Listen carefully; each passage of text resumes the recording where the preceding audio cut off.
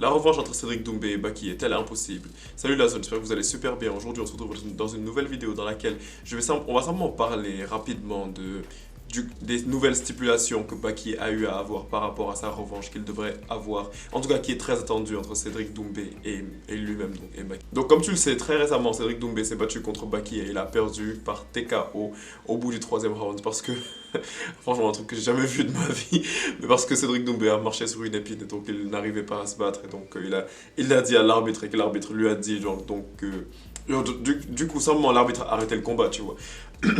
Et donc après ça, clairement, Cédric Doumbé n'était pas d'accord avec ça. Il disait que tout d'abord, il allait faire appel pour qu'on lui enlève cette victoire. Ce que, après quasiment presque 2 mois maintenant, genre ça n'a pas encore été réglé. Et donc je pense que simplement, à la fin de la journée, Cédric Doumbé va juste garder cette défaite dans son palmarès et on n'y peut juste rien. Mais juste après ça, genre, il avait dit genre, que la chose évidente pour lui à l'heure actuelle, c'était d'avoir sa revanche contre Baki. Et Baki aussi, il était d'accord sur le coup, parce qu'il avait dit que, ouais, du coup, si le PFL juste place les billets, donc Baki, je veux dire, va affronter Cédric Doumbé genre, dans un combat retour au PFL.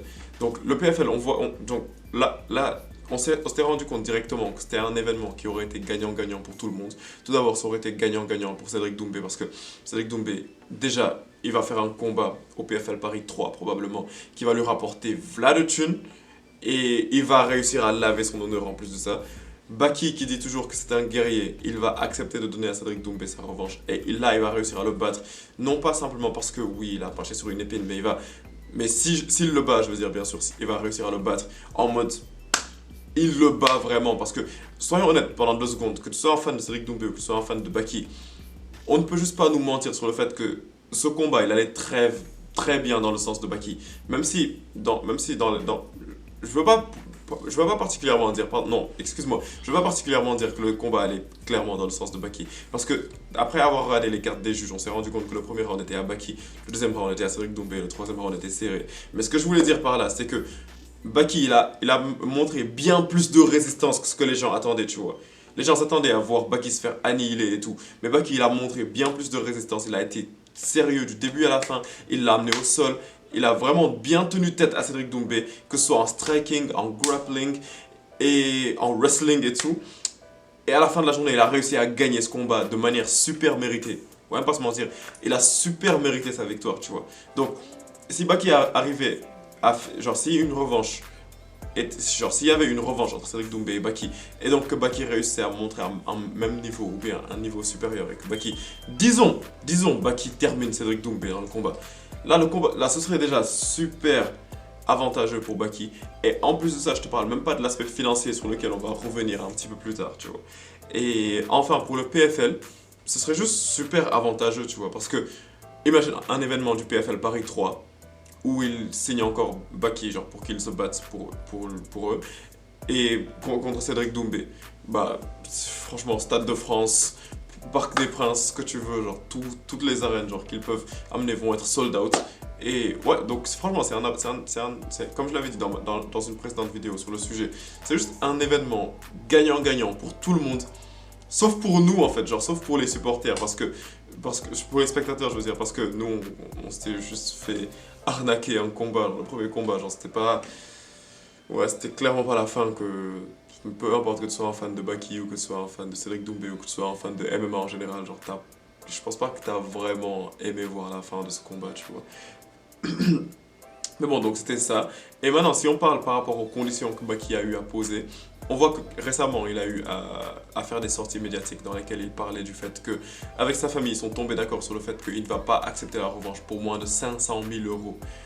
Bon, pour un combattant qui n'est pas signé à l'heure actuelle de manière définitive avec le PFL, si on reste honnête pendant 2 secondes, ça m'étonnerait, mais alors là, de fou que Cédric Doumbé, genre que le PFL accepte de signer Baki, genre qui a juste 22 ans à l'heure actuelle, pour un combat à 500 000 euros, tu vois.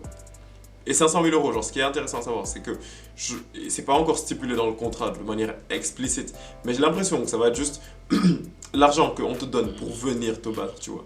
Donc ça va probablement être en mode 500 000 euros pour venir, si tu gagnes, tu empoches 500 000 euros, plus probablement les primes en mode genre si tu réussis à le mettre KO, si tu le termines. Donc c'est quasiment un combat au million, tu vois.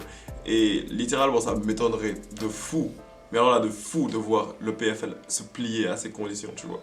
Et donc, on ne peut clairement pas en vouloir à Baki, tu vois. On peut clairement pas en vouloir à Baki parce que Baki, il a battu Cédric Doumbé à la loyale. Et après, genre maintenant, le seul truc qui lui reste, c'est simplement d'essayer d'obtenir la ceinture à l'Ares, tu vois. Donc c'est juste...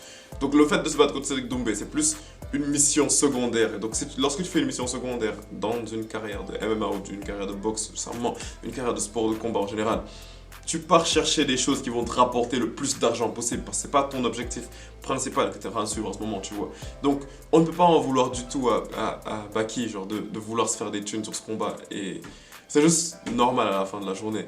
Mais après, genre, on se dit quand même que c'est intéressant de voir un petit peu genre les prétentions salariales que tu peux avoir lorsque tu es au PFL comparé à l'UFC. Et donc, c'est là que tu peux te rendre compte que un petit peu de la différence de salaire qu'il y a entre le PFL et l'UFC. Donc ça justifie en très bonne partie pourquoi est-ce qu'il y a plein de combattants qui se disent qu'ils n'ont pas envie de signer avec l'UFC pour des raisons financières. Un petit peu comme des Cédric Doumbé ou d'autres combattants, tu vois.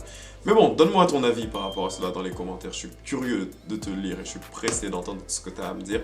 Et si tu kiffes ce genre de vidéo, je te conseille tout simplement de t'abonner à la zone. Et on se capte pour la prochaine vidéo. Peace out.